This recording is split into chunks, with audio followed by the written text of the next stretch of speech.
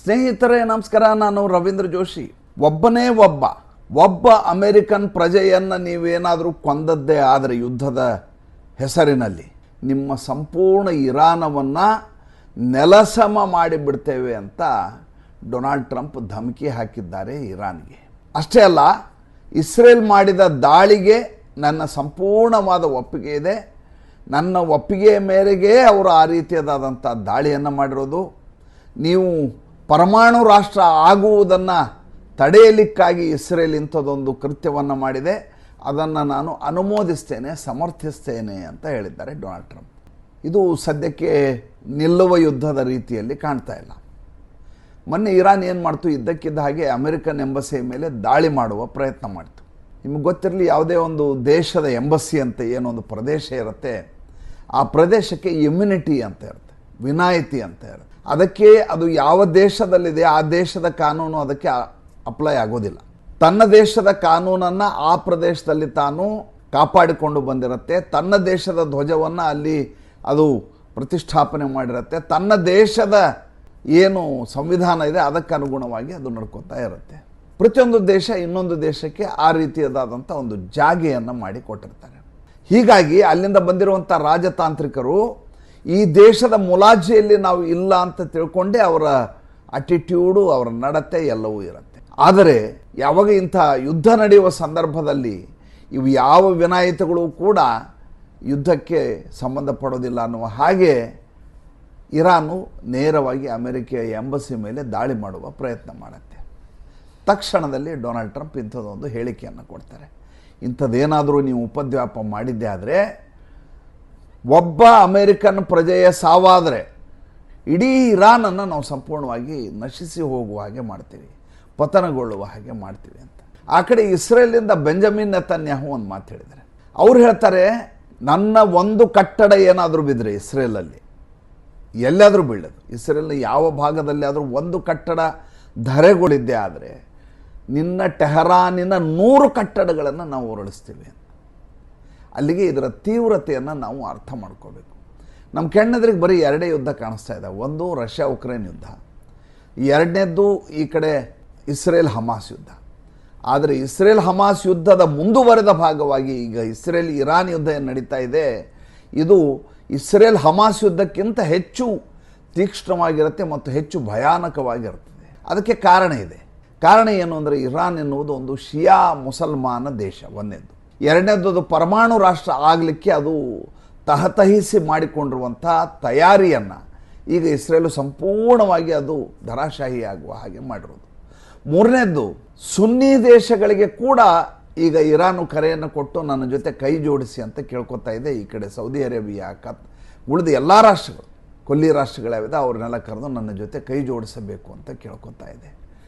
ಆ ಕಡೆಯಿಂದ ರಷ್ಯಾ ಮತ್ತು ಚೈನಾ ಅಗೇನ್ ಇರಾನ್ಗೆ ಕೈ ಜೋಡಿಸುವ ಸಾಧ್ಯತೆ ಇದೆ. ಇದು ಯಾವ ರೀತಿಯ ಭಯಂಕರವಾದಂಥ ಯುದ್ಧ ಆಗುವ ಸಾಧ್ಯತೆ ಇದೆ ಅಂದರೆ, ರಷ್ಯಾ ಉಕ್ರೇನ್ ಯುದ್ಧದಿಂದ ಕೇವಲ ಉಕ್ರೇನ್ ಸಂಪೂರ್ಣವಾಗಿ ನಷ್ಟ ಆಗಿದ್ದು. ಆರ್ಥಿಕವಾಗಿ ಐರೋಪ್ಯ ರಾಷ್ಟ್ರಗಳು ಮತ್ತು ಅಮೆರಿಕಾಗೆ ಭಾಳ ದೊಡ್ಡ ಹೊಡೆತ ಬಿತ್ತು. ಸ್ಯಾಂಕ್ಷನ್ ಹಾಕಲಾಯಿತು, ಬಹಿಷ್ಕಾರ ಹಾಕಿದ್ದರಿಂದ ಪೆಟ್ರೋಲಿಯಂ ವಸ್ತುಗಳ ದರ ಸಿಕ್ಕಾಪಟ್ಟೆ ಏರ್ತು. ಆರ್ಥಿಕವಾಗಿ ಎಲ್ಲ ಐರೋಪ್ಯ ರಾಷ್ಟ್ರಗಳು ತೊಂದರೆ ಅನುಭವಿಸಿದವು. ಆದರೆ ಐರೋಪ್ಯ ರಾಷ್ಟ್ರಗಳಿಗೆ ಆರ್ಥಿಕವಾಗಿ ಮಾತ್ರ ನಷ್ಟ ಆಯಿತೇ ವಿನಃ ಬೇರೆ ಯಾವುದೇ ರೀತಿಯ ಸಮಸ್ಯೆ ಉದ್ಭವ ಆಗಲಿಲ್ಲ. ಇಲ್ಲಿ ಹಾಗಾಗೋದಿಲ್ಲ. ಇಲ್ಲಿ ಏನಾಗಿದೆ, ನೇರವಾದ ದಾಳಿಯನ್ನು ಇರಾನ್ ಮೇಲೆ ಮಾಡಿರೋದ್ರಿಂದ ಇರಾನ್ ಇದನ್ನು ಎಲ್ಲ ಕಡೆ ಸಾಂಕ್ರಾಮಿಕ ಆಗುವ ಹಾಗೆ ನೋಡ್ಕೋತದೆ. ನೋಡಿ, ಈಗ ಇಸ್ರೇಲ್ ಹಮಾಸ್ ಯುದ್ಧ ಆಯಿತು. ಇಸ್ರೇಲ್ ಹಮಾಸ್ ಯುದ್ಧದ ಸಂದರ್ಭದಲ್ಲಿ ಹೌತಿ ಉಗ್ರರನ್ನು ಬಿಟ್ಟದ್ದು ಯಾರು? ಹೌತಿಯ ಉಗ್ರರು ಇಸ್ರೇಲ್ ಮೇಲೆ ದಾಳಿ ಮಾಡುವ ಹಾಗೆ ಪ್ರಚೋದನೆ ಕೊಟ್ಟದ್ದೇ ಇರಾನ್. ಜೊತೆಗೆ ಹಮಾಸ್ ಉಗ್ರರು ಆ ರೀತಿಯಾದಂಥ ದಾಳಿ ಮಾಡಿದ್ರಿಂದ ಇಸ್ರೇಲ್ ಯುದ್ಧ ಆಗಿದ್ದು, ಅದು ಕೂಡ ಇರಾನೇ ಕಾರಣ. ಇಷ್ಟೇ ಸಾಲದು ಎಂಬಂತೆ ಇರಾನು ನನ್ನ ಬಳಿ 9 ಅಟಮ್ ಬಾಂಬ್ಗಳಿದ್ದಾವೆ ಅಂತ ಘೋಷಿಸಿಬಿಡ್ತು. ಅಲ್ಲಿ ಒಬ್ಬ ಅಲಿ ಹುಸೇನಿ ಖೊಮೇನಿಯ ಅಂತ ಇದ್ದಾನೆ, 2ನೇ ಅತಿ ದೊಡ್ಡ ಧಾರ್ಮಿಕ ನಾಯಕ. ಮುಂಚೆ ಅಯಾತುಲ್ಲಾ ಖೊಮೇನಿ ಹೆಸರು ನೀವು ಕೇಳಿರ್ತೀರಿ. ಅಯಾತುಲ್ಲಾ ಖೊಮೇನಿ ಧಾರ್ಮಿಕ ನಾಯಕ, ಅಲ್ಲಿಯ ಧಾರ್ಮಿಕ ನಾಯಕ. ಆತ ಕೇವಲ ಧಾರ್ಮಿಕ ನಾಯಕನಾಗಿರೋದಿಲ್ಲ. ಈ ಶಿಯಾ ದೇಶಗಳಲ್ಲಿ ಆತ ಮದರ್ಸಾ ಛಾಪಾಗಿರ್ತಾನೆ. ನಮ್ಗೆ ಯಾವುದೇ ಎಜುಕೇಷನ್ ಇರೋದಿಲ್ಲ, ಎಲ್ಲಿ ಹೋಗಿ ಡಿಗ್ರಿ ಮಾಡ್ಕೊಂಬಂದಿರೋದಿಲ್ಲ, ಶೈಕ್ಷಣಿಕವಾದ ಹಿನ್ನೆಲೆ ಇರೋದಿಲ್ಲ. ಆದರೆ ದೇಶದ ಆಡಳಿತದ ಚುಕ್ಕಾಣಿಯನ್ನು ತೀರ್ಮಾನ ಮಾಡೋದೇ ಇವರು. ಈಗ ಎರಡನೇ ಮದರ್ಸಾ ಚಾಪ್ ಅಂದರೆ ಆತನ ಹೆಸರು ಅಲಿ ಹುಸೇನಿ ಖಾಮ್ನಿಯೇ ಅಂತ. ಆತನಿಗೆ ಖೊಮೇನಿ ಅಂತಿರೋ ಖಾಮ್ನಿಯೇ ಅಂತ ಗೊತ್ತಿಲ್ಲ. ಮೊದಲೇ ಇದ್ದವನು ಅಲಿ ಅಯಾತುಲ್ಲಾ ಖೊಮೇನಿ. ಈತ ಖಾಮ್ನಿಯೇ ಅಂತ ಇವನ ಹೆಸರು, EI ಅಂತ ಬರೀಬೇಕು. ಈತ ಇನ್ನೂ ಉಗ್ರ ಮನಸ್ಥಿತಿ ಉಳ್ಳಂಥ ಮನುಷ್ಯ. ಈತ ಎಂಥ ಪರಮಾಣು ರಾಷ್ಟ್ರವನ್ನಾಗಿ ಮಾಡುವಂಥ ಹವಣಿಕೆಯೆಲ್ಲ ಇದ್ದ ಅಂದರೆ ಯುರೇನಿಯಂ ಎನ್ರಿಚ್ಮೆಂಟ್ ಬೇಕಾಗಿ ಏನನ್ನು ಮಾಡಲಿಕ್ಕೆ ಸಾಧ್ಯವೋ ಎಲ್ಲವನ್ನೂ ಮಾಡಿದ್ದ. ಮತ್ತು ಅಮೇರಿಕೆಯ ಜೊತೆ ಮಾತುಕತೆ ನಡೀತಾ ಇರುವ ಸಂದರ್ಭದಲ್ಲಿ ಅಮೇರಿಕಾ ಇರಾನ್ಗೆ ಸ್ಪಷ್ಟವಾಗಿ ಹೇಳ್ತು, ನೀನೊಂದು ಯಾವುದೇ ಕಾರಣಕ್ಕೂ ನೀನು ಪರಮಾಣು ರಾಷ್ಟ್ರ ಆಗಕೂಡದು, ನಮ್ಮ ಜೊತೆ ಮಾತುಕತೆಯನ್ನು ನಡೆಸಬೇಕು ಅಂತ. ಅಷ್ಟೆಲ್ಲ ಸ್ಯಾಂಕ್ಷನ್ಸ್ ಕೂಡ ಹೇರಿತ್ತು ಅಮೇರಿಕಾ ಇರಾನ್ ಮೇಲೆ. ಇದರ ಮಾತುಕತೆ ಕೂಡ ನಡೀತಿತ್ತು ಸ್ಯಾಂಕ್ಷನ್ ತೆಗಿಲಿಕ್ಕೆ. ಅದೇ ಸಂದರ್ಭದಲ್ಲಿ ಇಸ್ರೇಲ್ ಈ ರೀತಿಯ ದಾಳಿ ಮಾಡುತ್ತೆ. ದಾಳಿ ಮಾಡಿದೆ ಆದಮೇಲೆ ಇರಾನ್ ಅದಕ್ಕೆ ಪ್ರತಿ ದಾಳಿಯನ್ನು ಮಾಡಲಿಕ್ಕೆ ಶುರು ಮಾಡುತ್ತೆ. ಯಾವ ಮಟ್ಟಿಗೆ ಕ್ಷಿಪ್ರತೆ ಬಂದಿದೆ ಇದರಲ್ಲಿ ಅಂತಂದರೆ, ಈಗ ಇರಾನು ಹಿಂದೆ ಸರಲಿಕ್ಕೆ ಅದು ಸಿದ್ಧ ಇಲ್ಲ. ಇಸ್ರೇಲ್ ಅಂತೂ ಯಾವುದೇ ಕಾರಣಕ್ಕೂ ಅದು ಯುದ್ಧದಿಂದ ಹಿಂದೇಟು ಹಾಕುವ ಪ್ರಶ್ನೆಯೇ ಇಲ್ಲ. ಏಕೆಂದರೆ ಒಬ್ಬ ಇಸ್ರೇಲಿ ಪ್ರಜೆ ಸತ್ತರೆ ಆ ದೇಶಕ್ಕಾಗುವ ನಷ್ಟವನ್ನು ನಾವು ಲೆಕ್ಕ ಹಾಕಲಿಕ್ಕೆ ಸಾಧ್ಯ ಇಲ್ಲ. ಜನಸಂಖ್ಯಾ ದೃಷ್ಟಿಯಿಂದ 10 ಪಟ್ಟು ಹೆಚ್ಚು ಜನಸಂಖ್ಯೆ ಇರೋದು ಇರಾನಿಗೆ, 9 ಕೋಟಿ ಜನಸಂಖ್ಯೆ.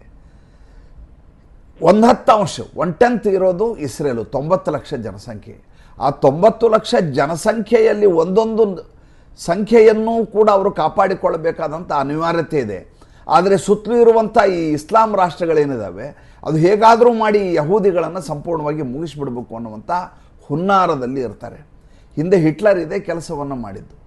ಎಲ್ಲರನ್ನೂ ಗ್ಯಾಸ್ ಚೇಂಬರ್ಲ್ಲಿ ಹಾಕಿ, ಹಾಲೋಕಾಸ್ಟ್ ಗ್ಯಾಸ್ ಚೇಂಬರ್ಲ್ಲಿ ಹಾಕಿ 10 ಲಕ್ಷದಿಂದ 25 ಲಕ್ಷ ಜನರನ್ನು ದಹಿಸಿ ಹೋಗುವ ಹಾಗೆ ಮಾಡ್ದ. ಆವಾಗ ಚಲ್ಲಾಪಿಲ್ಲಿಯಾಗಿ ಚದರಿ ಹೋದಂಥ ಯಹೂದಿಗಳು ವಾಪಸ್ ಇಸ್ರೇಲ್ ಅನ್ನುವಂಥ ನಾಡನ್ನು ಕಟ್ಕೊಳ್ಳಿಕ್ಕೆ ಪಡಿಪಾಟ್ಲು ಎಷ್ಟು ಪಟ್ಟರು ಅಂತ ಹೇಳಲಿಕ್ಕೆ ಸಾಧ್ಯವೇ ಇಲ್ಲ. ಹಾಗಿರುವ ರಾಷ್ಟ್ರಕ್ಕೆ ರಾಷ್ಟ್ರದ ಕೆಲವೇ ದಿನಗಳಲ್ಲಿ ಕೊಲ್ಲಿ ರಾಷ್ಟ್ರಗಳು ಅದರ ಮೇಲೆ ದಾಳಿಯನ್ನು ಮಾಡಿದವು. ಇವತ್ತಿನವರೆಗೂ ಹಿಂದೇಟು ಹಾಕಲಾರದೆ ನಿರಂತರವಾಗಿ ಯುದ್ಧವನ್ನು ಇಸ್ರೇಲ್ ಮಾಡ್ತಾ ತನ್ನ ಪ್ರಜೆಗಳನ್ನು ಕಾಪಾಡ್ಕೋತಾ ಇದೆ.